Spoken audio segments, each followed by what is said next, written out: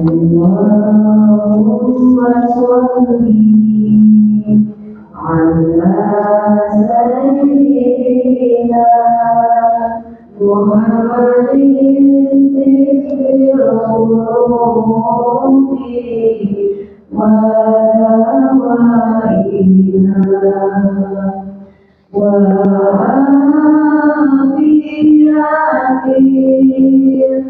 على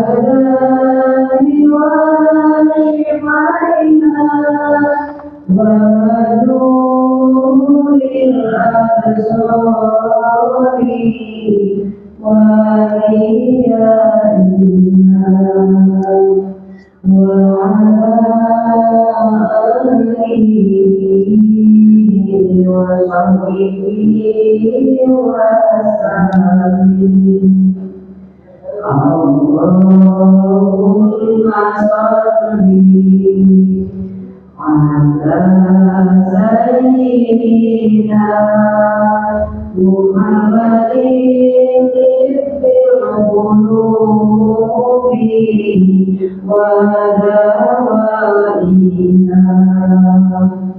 وعافيته عبدان وشفعنا ونور الأبصار وضيائنا وعلى آله وصحبه وسلم.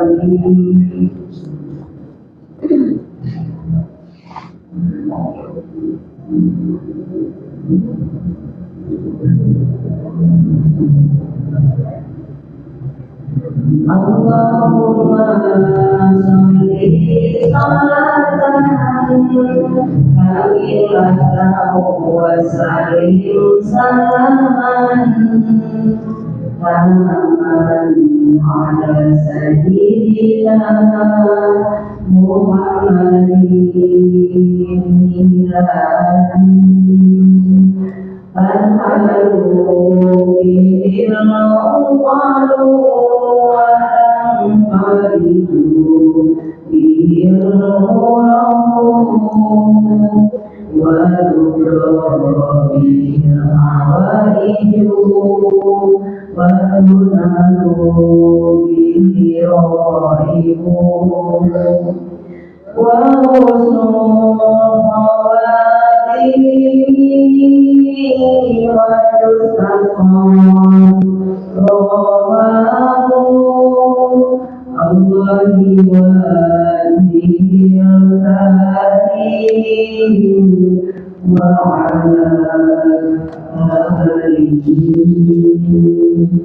Wa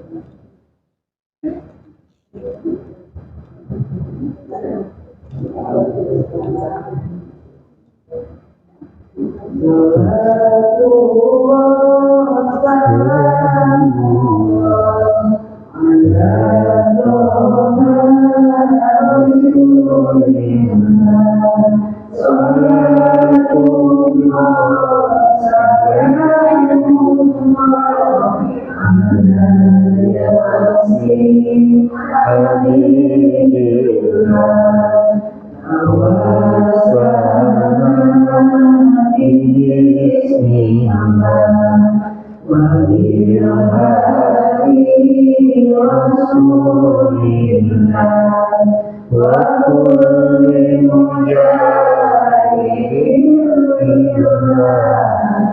يا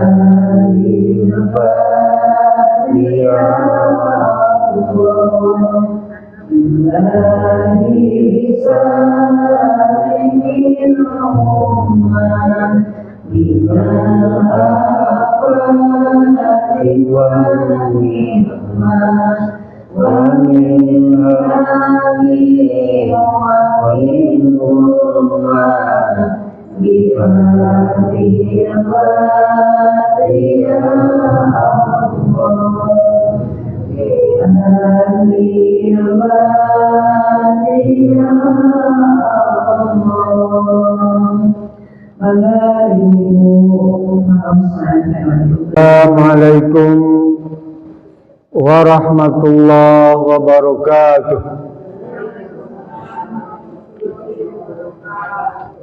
Alhamdulillahilladzi arsala rasulahu bil huda wa dinil haqq liyudhhirahu 'alad dini kullih wa kafa billahi syahida.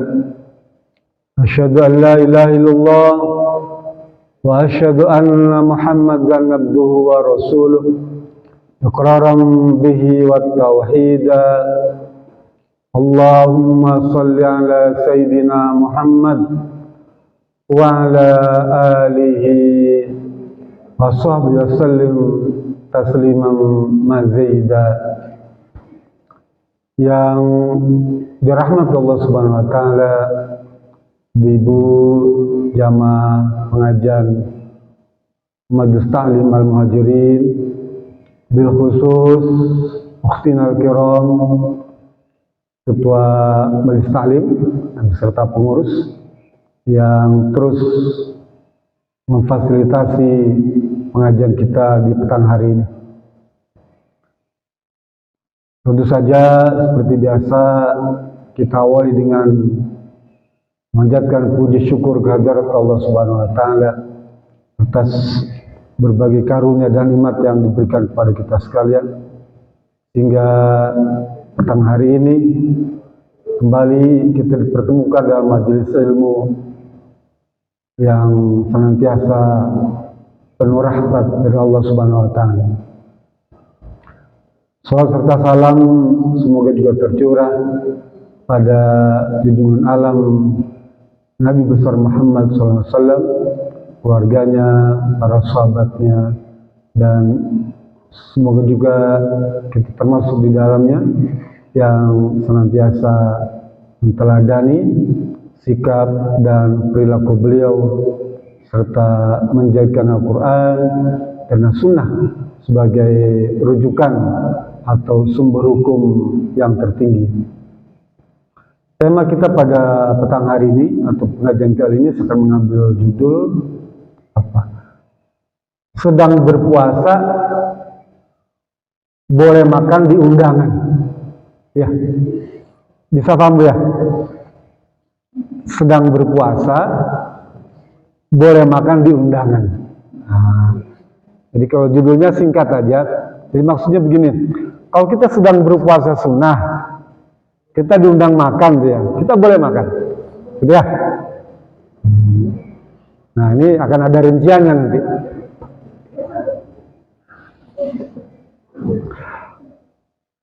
Di dalam ibadah, Bu ya, yang menjadi ukuran itu kata Fudal bin Iyad ada dua, akhlasuhu waswabuhu, ikhlas dan aswad. Aswad itu aswad, jadi sesuai dengan tuntunan Rasulullah SAW. Jadi itu namanya ibadah. Dia diniatkan dengan ikhlas. Dan kedua, sesuai dengan tuntunan yang diajarkan oleh Rasulullah SAW. Ya. Salah satu ibadah yang dituntun oleh Rasulullah SAW adalah saum. Ya. Saum merupakan apa? Rukun Islam, ya, rukun Islam. sholat, puasa, zakat, haji. Itu rukun Islam ya. Artinya apa? Saum itu menempati urutan penting. Ya. Hanya memang para ulama kemudian menjadikan rukun Islam yang 5 itu termasuk saum itu hanya pada saum Ramadan. Ya. Padahal juga termasuk di dalamnya saum sunnah. Paham ya? Termasuk saum sunnah juga menjadi tiang soko guru, pilar rukun Islam, termasuk yang saum sunnah juga. Dulu suatu kali kata Siti Aisyah, ya, Siti Aisyah meriwayatkan sebuah hadis. Siti Aisyah itu istrinya Rasulullah SAW. Ya. Kata Siti Aisyah, dakhala alayya Nabi sallallahu alaihi wasallam. Tiba-tiba suatu hari kata Siti Aisyah, "Zaka yauman dakhala alayya Rasulullah sallallahu." Suatu hari Nabi Muhammad SAW datang ke tempatku. Lalu berkata, faqala sallam, "Ya Aisyah, ma indakum min syai'in?" Aisyah, masih ada makanan nggak di rumah gitu? Kata Siti Aisyah, ya Rasulullah, lah, udah nggak ada. Nih, Nabi Muhammad SAW ini rumah tangganya, Bu, dulu ya, dia hidupnya sederhana, Bu. Sederhana. Nggak ada kulkas zaman dulu yang isinya itu 1 bulan tuh dagingnya, nggak ada dulu. Ya. Atau apa namanya? Kalau dendeng apa kere? Kere nggak ada juga, ya, kere. Sekalipun boleh waktu itu bikin dendeng ada, di zaman Nabi kere ada dendeng. Tapi Rasulullah keluarga tuh nggak nyimpan itu, Bu. Dia nggak menyiapkan makanan yang segitu banyak. Kenapa? Karena makanan yang ada itu habis disedekahkan terus. Ada orang fakir miskin bagi, ada orang datang bagi, ada orang sahabat nggak makan kasih semua, sehingga ada sisa. Sehingga hari itu kata Siti Aisyah, lah ya Rasul, udah nggak ada makanan. Lalu Rasul bilang, ini izan shaim. Kalau begitu saya berpuasa. Paham ya? Tadinya mau makan nih, tapi karena nggak ada makanan pagi-pagi itu, dia bilang kalau begitu saya berpuasa. Dari hadis yang pendek ini, kita juga belum praktekkan itu, Bu. Misalnya pagi-pagi kita nggak punya makanan, ya, puasa aja, udah jam 7 tuh, boleh, paham ya, puasa, saum terus, gitu ya. Selesai begitu Rasul buat saum kan. Kemudian sore hari, asar tuh ya, asar, ya selepas dohor lah, kata Siti Aisyah, ya, dakhalna rajulan bikhasin, ya, datang seorang laki-laki bawa hais itu makanan korma campur keju, campur madu, campur minyak samin. Korma campur keju, campur minyak samin. Itu makanan paling lezat, Bu, di Arab. Sampai hari ini. Kalau misal ibu mau coba di rumah, bikin makanan itu korma campur keju, campur minyak samin. Aduk gitu, ya. Kalau sekarang kita pakai blender ya. Itu makanan lezat, Bu. Ibu boleh coba tuh makanan yang direkomendasikan oleh Nabi Muhammad SAW sebagai makanan yang paling lezat. Nah, kita boleh coba, Bu. Saya kadang-kadang suka bisa sendiri, Bu. Kormanya, keju, minyak saminnya kan nggak ada, jarang-jarang punya. Keju dengan korma aja udah enak. Apalagi tambah minyak samin, ya, lebih lezat lagi. Nanti Ibu boleh coba. Minyak samin itu kalau Ibu bikin nasi kebuli itu ya. Nasi kebuli, nasi biryani, nasi mande ya. Nah, itu pakai minyak samin. Kambing tuh ya, wah, luar biasa. Sekarang pakai korma sama keju. Coba di rumah boleh. Itu kan makanan lezat. Lalu Rasul datang ke sana lagi. Kata Siti Aisyah, ya Rasulullah, tadi ada seseorang bawa hais. Rasul bilang, arainahi, bawa sini. Nah, kuntu min asbati shaim. Saya dari pagi berpuasa nih bilang nih, kemudian sama Nabi Muhammad dimakan, fa'akala, ya, dimakan. Hadisnya lebih sahih. Dari hadis ini kemudian para ulama memberikan pandangan tentang ya bolehnya kita makan ketika puasa sunnah apabila ada uzur, paham ya? Ada uzur, ada halangan atau ada penyebab, ya maka boleh. Apa penyebabnya itu? Salah satunya adalah undangan tadi itu ya, undangan. Kenapa begitu? Karena kalau kita diundang, ya, undang makan nih, yang gampang lah. Contoh ibu punya nenek, ya punya nenek di kampung atau kakek, ya. Kita ditelepon, Cuk, bisa nggak datang ke Garut? Ya, insya Allah nanti hari Senin atau Kamis ya datang ke sana. Nenek kita atau kakek kita kan nyiapkan makanan ya, yang paling lezat mungkin disiapkan itu karena akan kedatangan cucu, ya disiapkan.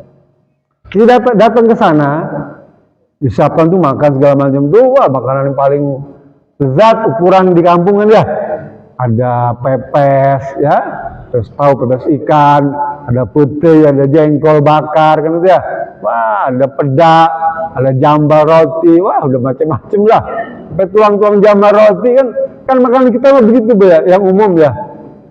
Kan bikin selera. Apa itu bilang? Aduh monek, kayak ini lagi puasa. Gimana perasaan nenek kakek itu? Gak enak bilang. Ibu lah kalau datang cucu, ibu siapkan tuh. Anak ibu bilang, mah, jangan lagi puasa nih, gak enak nih. Aduh, udah mama siapkan macam-macam, puasa ada perasaan gak enak. Paham ya? Lah itu membuat ketidaknyamanan bagi orang yang telah menyiapkan. Ya, kita harus bisa menjaga perasaan. Itu yang dimasukkan uzur dan kita boleh membatalkan saum, bukan batalkan, boleh makan, paham ya? Dan ibu tetap dicatat sebagai orang yang sedang berpuasa, paham ya? Ibu mendapatkan 2 ganjaran, ganjaran menyenangkan orang tua dan ganjaran berpuasa, paham ya? Uzurnya itu. Kata Abdullah bin Umar. Abdullah bin Umar ini anaknya Umar bin Khattab. Hadisnya agak panjang, Bu. Saya bacakan. Kata Abdullah bin Umar, Rasul berkata, ahadul insan indallah anfa'u linnas. Sebaik-baik orang yang disenangi oleh Allah adalah orang yang bermanfaat, memberikan manfaat, ya, Bu ya. Jadi Allah tuh senang kalau ada orang yang memberikan manfaat bagi orang lain. Paham ya? Kemudian itu sekali lagi Rasul bilang, ahadul a'mali indallah, ya. Dan pekerjaan perbuatan yang paling disenangi oleh Allah, tadi orangnya, kan perbuatannya, sururun tudkhiluhu ala muslim. Apa?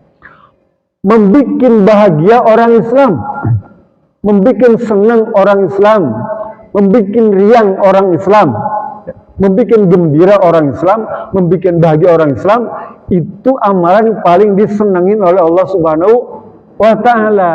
Ibu pernah nyenengin orang tua? Ya dong, pernah kan ya? Anak ibu pernah nyenengin ibu semua? Iyalah, gitu ya, nggak mungkin. Mah, ini untuk tahun baru besok cuma bisa ngasih cincin aja nih, waduh, nah, gitu ya. Atau suami ibu, dah pada hari pernikahan, kan gitu ya, mohon maaf ya, ini kan, ini kan udah yang ke 40 tahun kita ya, ya inget kan gitu ya, kita makan di sana ya, kan bapaknya ngajak gitu ya, kata bapaknya, mama merem ya, gitu ya. Merem, sini tangannya, merem, cincin mas, pakai cincin kan, gelang gitu kan, kita seneng kan, bahagia bukan terus seneng ya, dilihat, oh mau cincin mama gitu, yang dari lemari diambil, Tapi itu senang, Bu ya. Artinya membahagiakan. Nah, membahagiakan orang Islam itu termasuk amalan yang disenengin oleh Allah Subhanahu wa taala. Oh ya. Tadi sama ibu datang ke tempat nenek ibu makan, seneng dia. Saya bahkan bilang di kewer itu ada kacang mete, bilang, "Nek, ini kacang mete siapa?" "Punya nenek." "Emang nenek udah masih kuat kacang mete?" "Enggak, ini cucu nasi tolik kalau bawa silver queen," dia bilang. Coklatnya nenek makan, kacang metenya masukin situ. Kumpulin sampai 1 kewer penuh kacang mete. Jadi makan silver queen-nya. Coklatnya dia makan, kacang metenya simpel gitu. Teruskan. Jadi amalan yang paling disenangi oleh Allah Subhanahu wa taala, satu, menyenangkan orang Islam, orang lain. Orang tua kita kan Islam ya. Anak kita Islam. Suami ibu kan Islam juga. Kalau mereka senang dengan perbuatan kita, itu amalan yang disenangin oleh Allah Subhanahu wa taala. Yang kedua, apa? Au takshifu anhu kurbatan. Menghilangkan apa? Kesulitan, kesusahan. Jika ibu membantu orang lagi kesulitan ya, ibu bantu. Itu salah satu amalan disenengin. Kurbatan itu kesulitan, kerepotan ya, ada urusan dengan polisi, harus urusan dengan Pak RW ya, dengan pejabat macam-macam tuh ya, dengan kejaksaan, atau urusan kehidupan ekonomi ya, urusan anak, ada orang bantu ya, dia membantu menghilangkan urusan dia tuh, maka itu adalah amalan yang paling disenengin oleh Allah Subhanahu wa taala. Ya gitu ya. Yang ketiga, kata Abdullah bin Umar mengutip hadis ini hadis sahih. Kata beliau, Rasul juga menambahkan lagi, apa tuh? Wataqdi anhu dainan. Orang yang membantu melunasi hutang sahabatnya nih, ya. Dibantu tuh. Bilang adanya, "Kak, Neng masih punya hutang sama itu tuh, sama apa Bang Emok," bilang. "Sebantu nggak? Ada punya hutang Bang Emok nggak?" Ya udah nanti kakak lunasin dah.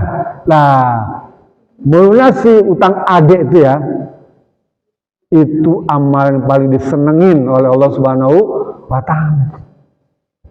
Atau sebaliknya, ya, suami kebetulan istrinya dapat warisan, contoh misalnya di kampung udah jual warisan tuh, karena dibagi kan dijual warisannya, suaminya belum beres cicilan mobil, motor, rumah dia, udah selesaikan aja deh, pusing. Nah itu bantu tuh kan.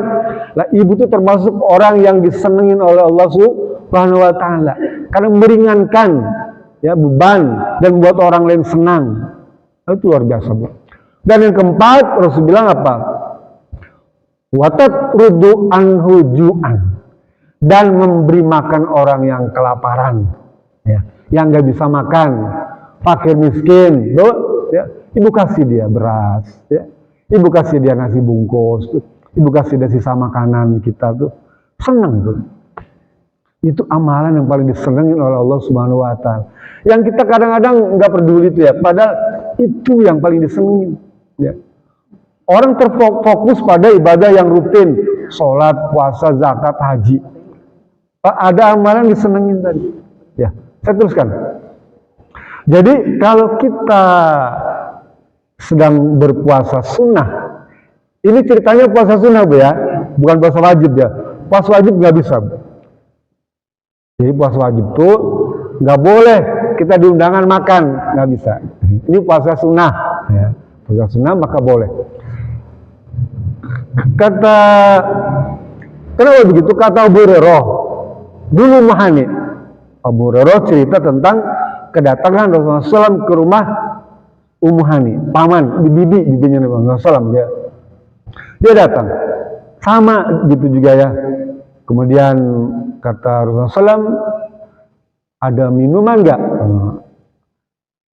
Kata Ummu Hani, ada nih minum. Diminum Rasulullah SAW. Lalu Rasul menawarkan kepada Ummu Hani, ya Hani, kamu minum juga lah. Ya. Kata Ummu Hani, saya sedang berpuasa Rasulullah. Ya. Minumlah. Lalu kemudian dibacakan itu, as-shaimul mutatawwi'u, ya, amin aminu nafsihi insya'a shoma wa insya'a aftar. Kata Rasulullah SAW, orang yang berpuasa sunnah, ya, seakan-akan dia seorang pemimpin penguasa, ya, bagi dirinya. Jika dia mau, dia tetap berpuasa. Jika dia mau, dia boleh berbuka. Paham ya?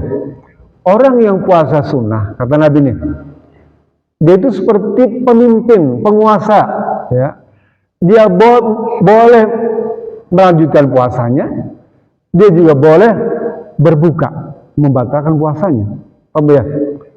Bagi orang yang puasa sunnah. Oleh karena itu, Ummu Hani langsung minum. Ya.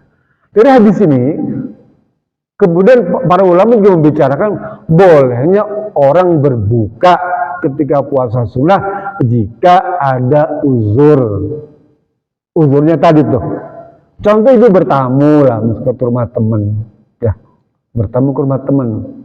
Lagi saum nih, disuguhin ya minuman. Ya. Kemudian ibu bilang, saya lagi saum nih. Gitu ya. Mungkin kan bagi yang menyuguhkan gak enak juga. Aduh, rasanya saya kok gak enak. Ya, menyuguhkan makanan kepada orang yang saum. Dan bagi kita yang ngomong, saya sedang berpuasa, ada perasaan tinggi hati, Bu. Paham gak? Saya kan puasa, gitu ya. Ada perasaan kita merasa tinggi hati, ya. Mungkin nggak sampai ujub lah ya, dan tidak sampai riak beneran, gitu ya. Jadi para ulama sudah mencatat itu Bu semuanya. Ya. Jadi ada perasaan tinggi hati, mungkin sampai derajat riak, karena dia ngomong saya sedang berpuasa, ya. Sementara dia tidak berpuasa kan, ada perasaan seperti itu Bu. Ini dibahas oleh para ulama, sehingga kemudian ada pandangan beberapa ulama terkenal mazhab, ya, di dalam menyikapi apakah boleh sedang berpuasa sunnah kemudian dia makan pada saat mendapatkan uzur. Ya. Imam Hanafi, Imam Maliki, Imam Syafi'i dan Imam Hambali, 4 ini sepakat puasa sunnah boleh dibatalkan apabila ada uzur, ada halangan. Ya. Contoh apa? Sakit. Kita sedang puasa sunnah. Kan puasa sunnah ini bukan dikerjakan berpahala, tidak dikerjakan itu tidak berdosa. Paham ya? Namanya puasa sunnah.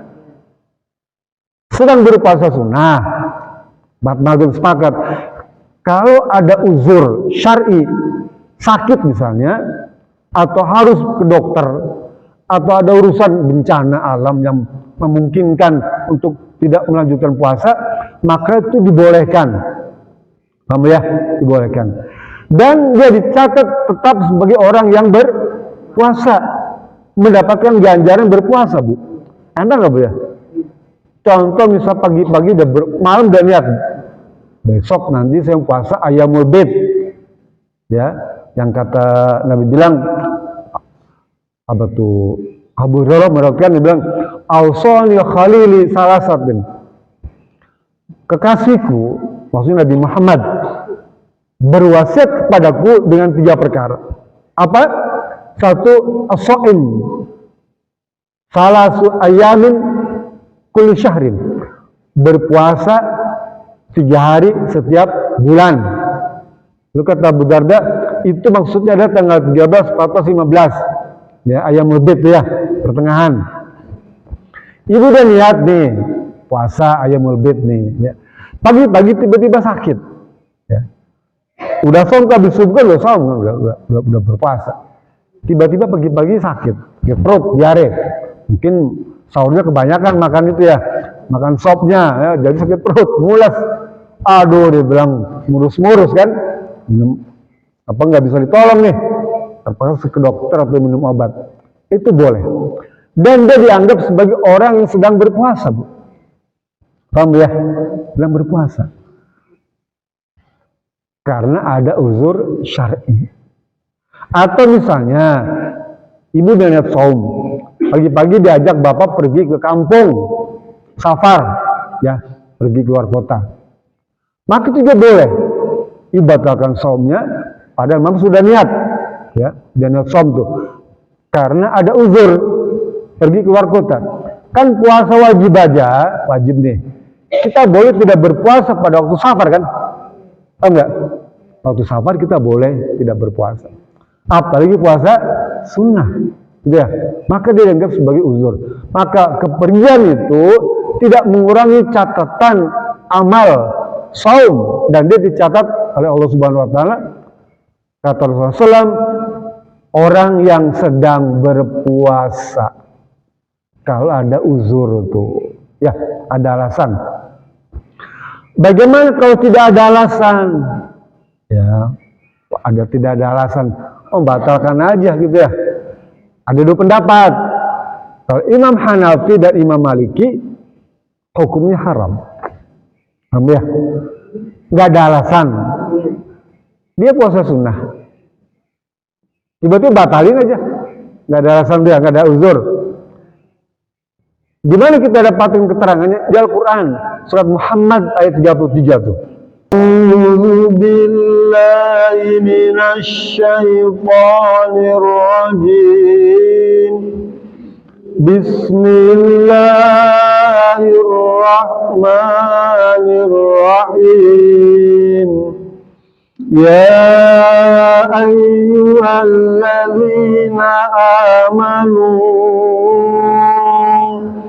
ati'ullaha wa ati'ur rasul wa la tubtilu a'malakum wa la tubtilu a'malakum. Tubtilu itu dari kata batal, ya. Janganlah kamu membatalkan amalmu, perbuatanmu. Jangan kamu merusak amalmu, perbuatanmu, ya. Kalau sudah dilaksanakan, ya. Contoh misalnya ibu sholat duha, nah, sholat duha tuh 2 rakaat kan, 1 rakaat ibu batalin, nggak ada alasan, itu nggak boleh, paham ya? Nggak boleh. Kalaupun ada alasan, misalnya tamu tuh, ya, ibu boleh kasih isyarat, ya. Allahu Akbar, oh lagi sholat. Kalau misalnya ibu harus buka pintu, ibu boleh buka pintu asalkan arahnya menghadap kiblat, ya. Pintunya tuh, ibu posisinya nggak berubah, tetap menghadap kiblat, ya. Ulama membolehkan buka pintu tuh, ya. Kalau terpaksa pun, ya, contoh nih, ibu sholat gue baru 1 rakaat, ada pencuri, ada orang yang nggak baik, atau ada hewan melata, yang kita kan takut dia, ada ular misalnya, contohnya gampang ya. Terpaksa kan ibu harus membatalkan, ya. Membatalkan gimana? Salam, Assalamualaikum warahmatullahi, ya, ya, salam. Jangan kemudian aduh langsung kabur, berarti sholatnya nggak selesai. Salam. Salam ini aja, sebelah aja. Assalamualaikum, udah gitu aja, selesai. Baru lari, baru apa? Misal tukang kredit, nagih gitu ya, kreditan, ya, debt kolektor, atau kan paket. Nah, itu sekarang mesti paket ya, paket. Udah 3 kali paket, kita diam aja. Udah batalkan sholatnya. Caranya gimana? Assalamualaikum, mau gitu. Assalamualaikum, baru jalan. Paham ya? Atau anak kita nangis, cucu kita nangis, salat dua nih ya, wah teriak-teriakan, kita nggak enak ya, batal sholat. Assalamualaikum, nah itu ya, baru beres. Jadi yang 1 rakaat itu dianggap sah, kayak orang pergi haji, apa kan diawali dengan apa? Waktu kita mikot apa? Pakai ihram tuh, ya. Dia baru bisa ditutup dengan apa? Tahallul. Paham ya? Kalau ibu belum tahalul, belum dianggap selesai hajinya, umrohnya tuh. Paham ya? Ibu nanti pergi umroh, ya. Kemudian di ihram tuh, dari mikot itu kan nggak boleh melanggar itu, Bu. Pakaian juga nggak boleh dirubah. Kalau laki-laki kan pakaian ihram dia, perempuan juga sama, nggak boleh menggunakan sesuatu yang minyak wangi, kan nggak boleh. Sampai kapan? Sampai tahalul nggak boleh. Ya, harus diselesaikan. Sholat juga sama, gitu. Jadi ibu juga jangan kemudian membatalkan begitu aja. Ya. Jadi kembali lagi, kata Imam Hanafi dan Maliki, kalau puasa sunnah itu dibatalkan tanpa alasan, ya, maka hukumnya haram. Dan dia wajib mengqadha. Paham nggak, Bu? Kan puasanya nggak selesai, Bu, ya? Puasanya nggak selesai tuh. Ayo mulbid deh. Maka dia mengqadha besoknya. Puasa tuh ya, puasa lagi. Mengqadha puasa yang dia batalkan, diqadha. Itu menurut dua mazhab, Hanafi dan Maliki, ya, haram. Tapi kalau Imam Syafi'i dan Imam Hambali, ya, Imam Syafi'i, Imam Hambali, kalau membatalkan puasa tanpa alasan tadi masih termasuk makruh. Paham ya? Jadi orang yang berpuasa dia batalkan tanpa alasan itu hukumnya makruh. Makruh itu jelek juga, ya? Jelek. Kenapa? Karena orang terbiasa mengerjakan yang makruh, maka dia tidak akan merasa keberatan untuk mengerjakan yang haram. Paham ya? Jadi kira orang dia terbiasa mengerjakan yang makruh nih, ya, terbiasa. Akhirnya kan gampang untuk mengerjakan yang haram, ya. Karena terbiasa dengan makruh. Oleh karena itu, kalau kita misalnya membatalkan saum tanpa alasan, itu perbuatan makruh, maka kapan-kapan dia akan melaksanakan perbuatan yang haram. Gitu ya. Paham ya? Jadi gitu. Oleh karena itu, kata Imam Syafi'i boleh, nggak apa-apa, tapi dia jatuh pada yang makruh. Sehingga kemudian para ulama menganjurkan seperti Yusuf Qaradawi itu sebaiknya kalau sudah berniat untuk saum teruskan, ya, teruskan. Kecuali ada uzur yang syar'i tadi, ya, dalam rangka memberikan penghormatan kepada orang yang mengundang kita. Paham ya? Jadi nanti kalau misalnya, tapi dia diniatkan sengaja juga, niat puasa, tapi nanti di calling temennya, undang saya makan ya. Jangan, itu nggak kaji ya. Iya, memang dapat pahala gitu ya, tapi dia aja direkayasa, itu nggak bisa, gitu, nggak bisa. Ini sengaja datang, contoh misalnya lagi saum, ada botram, akan nyiapin tuh ya, hari Senin, gitu. Wah, ada botram soalnya, diundang kita datang, ya, suguhin makanan enak-enak kan ya, ayo makanlah. Nah, dia bilang enggak, lagi puasa. Kan udah beda tuh kan. Tapi kita Syafi'i bilang makanlah, makanlah. Ya gitu, Bu. Ma'ruf al-Qurki, seorang tabi'in, Bu, ya. Dia orang sahabat, orang zuhud, Bu, ya. Dia kalau diundang makan, ya, ketika dia sedang saum, ya, dia tidak pernah bercerita kalau dia sedang saum. Tapi dia tetap menghargai orang yang menyediakan makan itu dan dia makan. Paham ya? Sehingga si tuan rumah itu tidak tahu kalau dia sebenarnya sedang saum. Paham, Bu? Begitu juga Ibrahim bin Abam, kata nasihat dia, kalau kau berpuasa sunnah, kalau diundang makan, makanlah. Tapi jangan sekali-kali kamu bercerita kamu sedang berpuasa. Paham?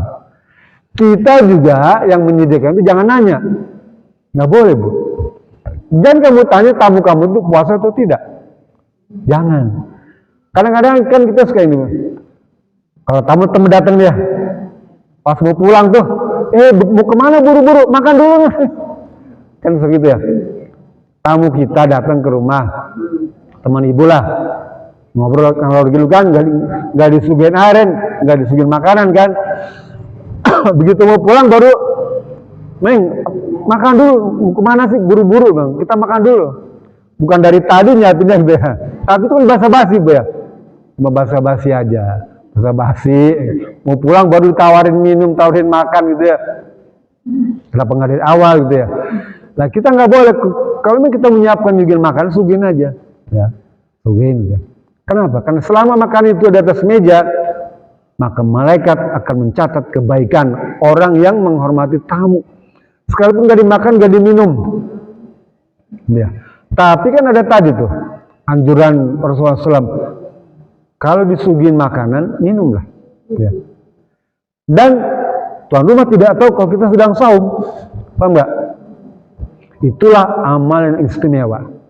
Ibu baca di dalam surat Al-Baqarah ayat 271 tentang menyembunyikan amal. Bismillahirrahmanirrahim. In tubdus sadaqati fani'immahi wa in tukhfuha wa tu'tuha al-fuqara fahuwa khairun lakum wa yukaffiru ankum min sayyi'atikum wallahu bima ta'maluna khabir. Ya,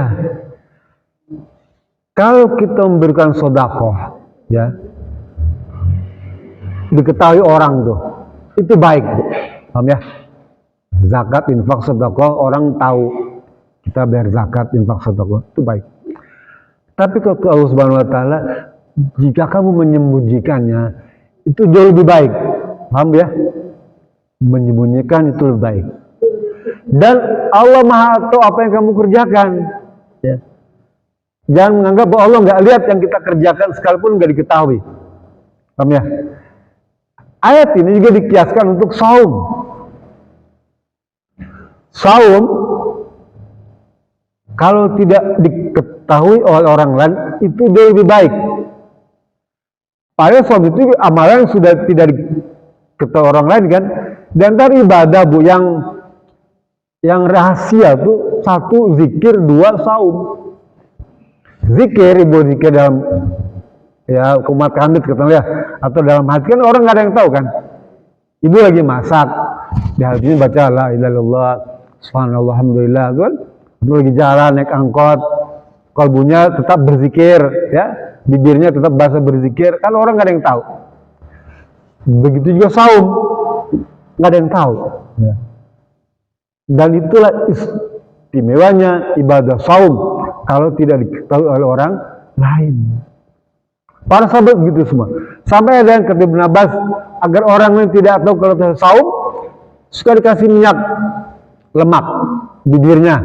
Kalau sekarang mungkin pakai apa? Lipstick, apa gloss ya itu.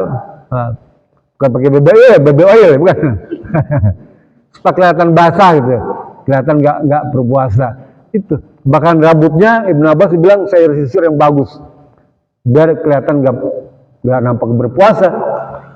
Daud bin Abidin bu, seorang tabi'in, selama 40 tahun dia saum sunnah bu ya, 40 tahun puasa sunnah, nggak ada yang tahu, istrinya, anak-anaknya, tetangganya nggak ada yang tahu. Dia praktek saum sunnah tuh 40 tahun. Ya.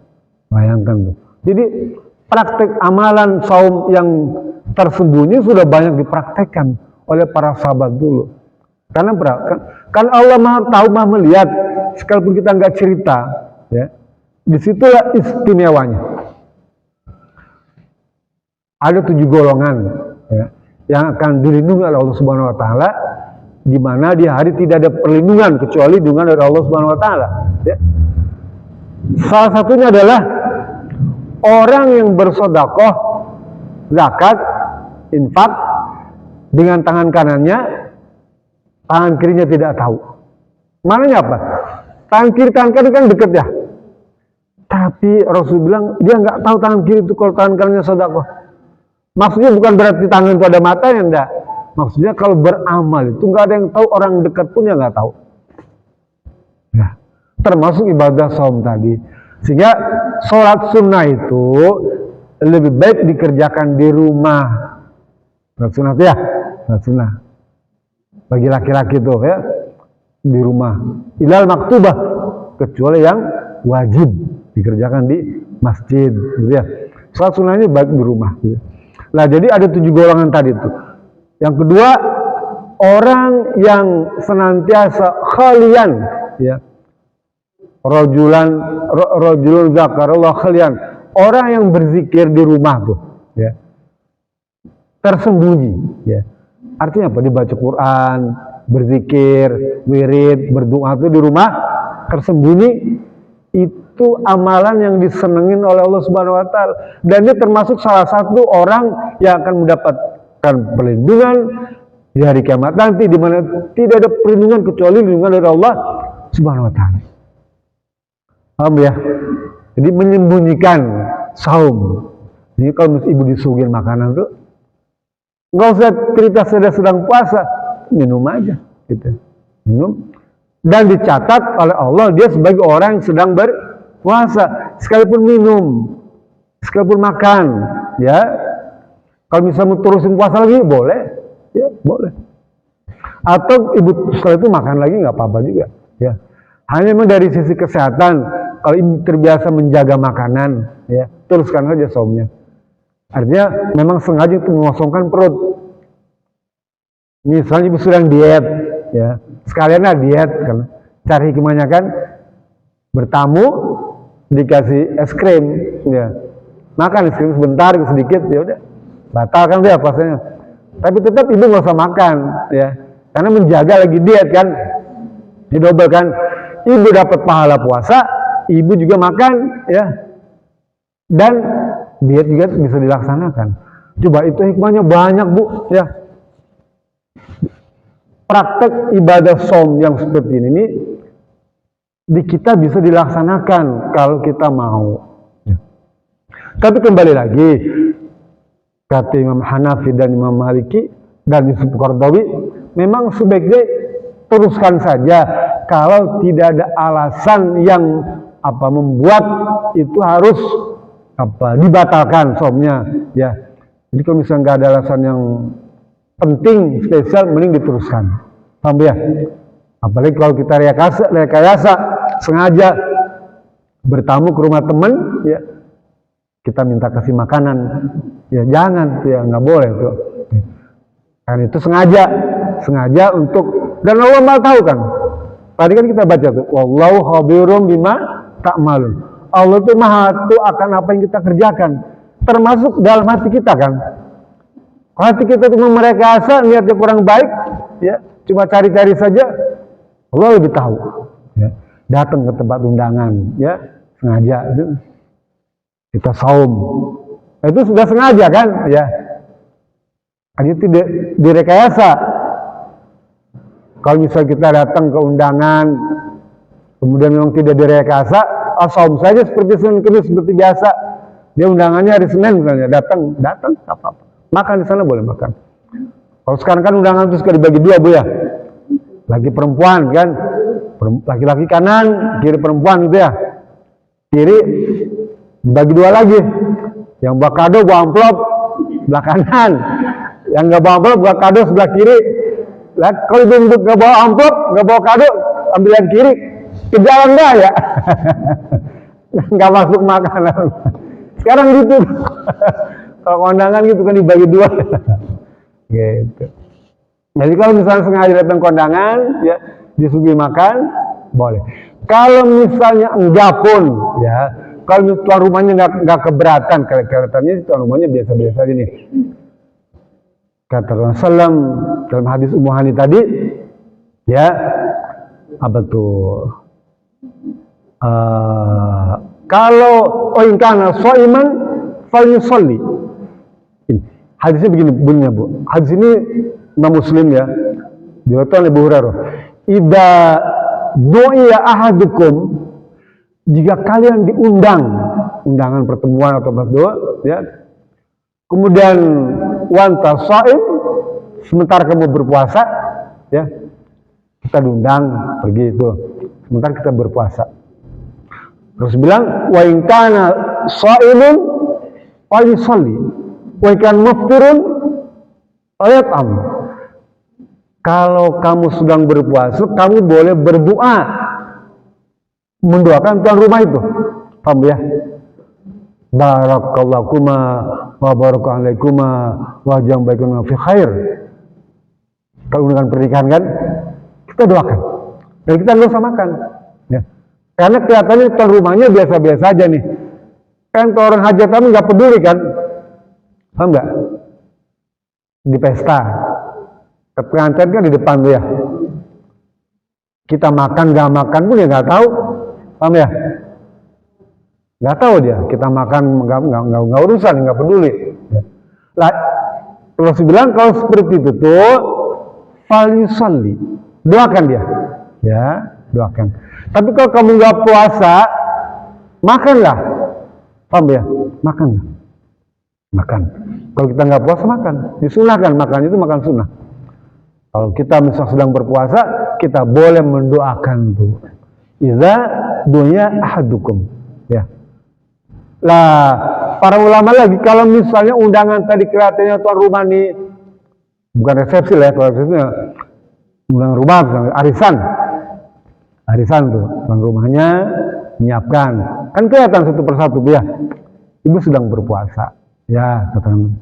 Di sana harus bilang begini, iza du'a ahadukum, kalau kamu diundang sebuah pertemuan, ya, maka undangan itu falyujib, hukumnya wajib. Paham ya? Wajib. Undangan itu wajib, hukumnya wajib. Jadi memenuhi undangan itu wajib. Sementara kita mempraktekkan saum sunnah. Paham ya? Oleh karena itu, kalau tuan rumahnya kelihatan akan keberatan kalau tidak makan, maka makanlah. Paham ya? So ya. Oleh karena itu peranan saum sunnah, kalau ada yang lebih wajib, maka dahulukan yang wajibnya. Apa misalnya? Undangan, menghormati tuan rumah, itu lebih wajib ketimbang saum sunnahnya. Yang pertama tuh ya. Yang kedua, saum sunnah itu untuk menyempurnakan kekurangan ibadah saum yang wajib. Paham ya? Kayak sholat sunnah lah. Sholat sunnah ini, harus bilang ini. Inna awwala ma yuhasabu yaumil qiyamah as-shalah. Yang pertama bisa pada hari kiamat itu adalah sholat. Lalu orang akan cek apakah sholat itu sempurna atau tidak. Kalau sholat yang sempurna, Allah bilang catat malaikat dia sholat yang sempurna. Kalau sholatnya intaqasa, kurang sholatnya nih, Allah bilang unzuru li'abdi min tatawwu. Coba cek sholat sunnahnya. Kalau sholat sunnahnya ada, bagus, dan sempurnakanlah sholat wajib yang kurang tadi dengan sholat sunnah. Ya.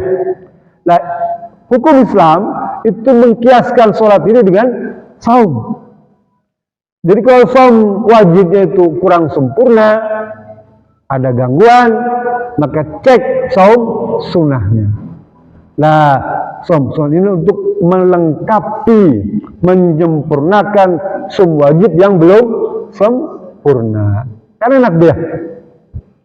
Jadi saum wajib kita tertutupi oleh saum sunnah. Sehingga kalau begitu jangan menganggap enteng, jangan menyepelekan ibadah saum sunnah itu yang sebentar dibatalin. Sebulan itu kan Rasul bilang memberikan wasiat kepada Abu Hurairah tiga hari minimal. Jadi 3 hari itu para ulama kemudian tidak harus pada ayyamul bid. Pokoknya sebulan itu minimal 3 hari itu saum. Paham ya?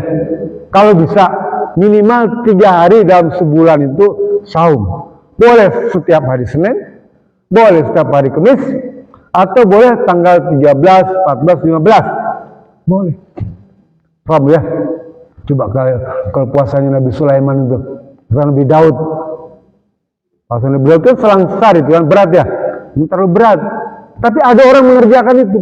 Ya. Atau saum Nabi Sulaiman 9 hari dia. 3 hari pertama tanggal 1 atau tanggal 10, 3 hari kedua antara 11 sampai 20, 3 hari ketiga antara 21 sampai tanggal 30. Ya, 9 hari itu. Paham ya? Jadi 3 hari antara tanggal awal bulan, 3 hari pertengahan bulan, 3 hari akhir bulan. Itu saum Nabi Sulaiman. Dia lebih ringan. Kalau puasa Siti Maryam 2 hari berpuasa, 2 hari batal. 2 hari berpuasa, 2 hari batal. Itu puasanya Siti Maryam. Ya boleh praktekkan, nggak apa. Ada apa hadis yang mendukung itu ya. Kalau kita mau praktekkan, udah ringan sajalah Senin Kemis. Nah, di antara amal itu yang ringan ya Senin Kemis, atau minimal 3 hari dalam 1 bulan. Gitu. Dan kalau misalnya capek ada uzur, ibu boleh makan, ya. Kalau undangan ibu boleh datang dan makan, dan gak harus cerita, ya, saya sedang berpuasa. Jangan, itu akan mengurangi keikhlasan, karena di sana ada aspek psikologis ria, ujub, ya, ada sedikit. Dan kalau ibu bilang ngomong, saya lagi nggak puasa, ada perasaan minder, ya. Kan ibu ditanya, puasa nggak? Lagi nggak puasa, ada perasaan rendah hati. Itu juga termasuk ria, Bu. Ketika ibu ngomong, saya sedang tidak berpuasa, itu ria, Bu. Ria menunjukkan tidak berpuasa, paham ya? Menandakan ada yang kerendahan. Jadi ngomong saya berpuasa juga nggak boleh, ngomong saya tidak berpuasa juga tidak boleh, ya. Jadi yang bagus tuh diam-diam makan aja sahabatnya gitu, gitu. Paham ya? Bahkan teman saya gini, kalau pengen puasa tuh ya, hadis yang pertama tadi itu ya, jam makan pagi-pagi itu jam 6 jam makan Indomie 2. Nah, niat puasa, puasa sunnah gitu ya. Itu nggak bisa, Bu. Ya. Tapi kalau misalnya nggak sengaja tuh ya, belum mah ada makanan nggak ada, asal saum aja, boleh, gitu ya, boleh. Tapi kalau direkayasa, Bu, direkayasa jangan. Itu pesan saya, jaga saum sunnah ini dengan sebaik-baiknya. Kayak kemarin saya ditanya sama, ya saya materi ini ditanya di pengajian di Bu Tarman ya. Ibu nanya, kalau ini lagi puasa kan hari Kamis ya, sebelum puasa boleh minum, Mbak? Oh yang benar tapi ya, iya boleh. Saya bawakan hadisnya ini ya. Kan itu disuguh. Kalau saya nggak minum kan nanti ibu namanya marah, nggak enak, ya, tersinggung. Saya nggak cerita kalau sedang puasa. Cuma kan ibu bilang lagi puasa nih, bang, gitu ya. Tapi nggak apa-apa minum lah, gitu. Jadi ibu kalau di undangan tuh hari Kamis dan Kamis suruh makan, ya makan. Tapi nggak usah cerita kalau ibu sedang berpuasa, paham ya? Karena itu akan mengurangi keikhlasan, ya, ada aspek ria. Kita hindari itu semua. Mungkin itu dia yang bisa saya sampaikan pada kesempatan ta'lim ini. Lebih kurang maaf ya. Mari kita sama-sama tutup dengan munajat kepada Allah Subhanahu wa taala. Ala hadhihi niyyah wa kulli niyatin shalihah wa ila habibina wa syafiina karimina maulana sayyidina Muhammad sallam. Al-Fatihah. Allahumma shalli ala Muhammadin wa rabbil tabaraka wa ta'ala sadatin wa rasul ajmain. Allahumma fir muslimin wal muslimat wal mu'min wal mu'minat al-ahya minhum wal amwat innaka samiun qaribun mujibud da'wat ya qadiyal hajat. Allahumma aftah lana futuhal arifin warzuqna fahman nabiyyin bijaka khatamil mursalin. Allahumma faqihna fid din wa alimna ta'wil wahdina siratal mustaqim. Allahumma arina haqqaka warzuqna tiba'ah wa arinal batila batila tinabah. Allahumma jangan jamarhuma wa tafurqan min tafurq masuma. Rabbana hab lana min azwajina wa min dzurriyyatina qurrata a'yun waj'alna muttaqin imama. Walhamdulillahi rabbil alamin. Assalamualaikum warahmatullahi wabarakatuh.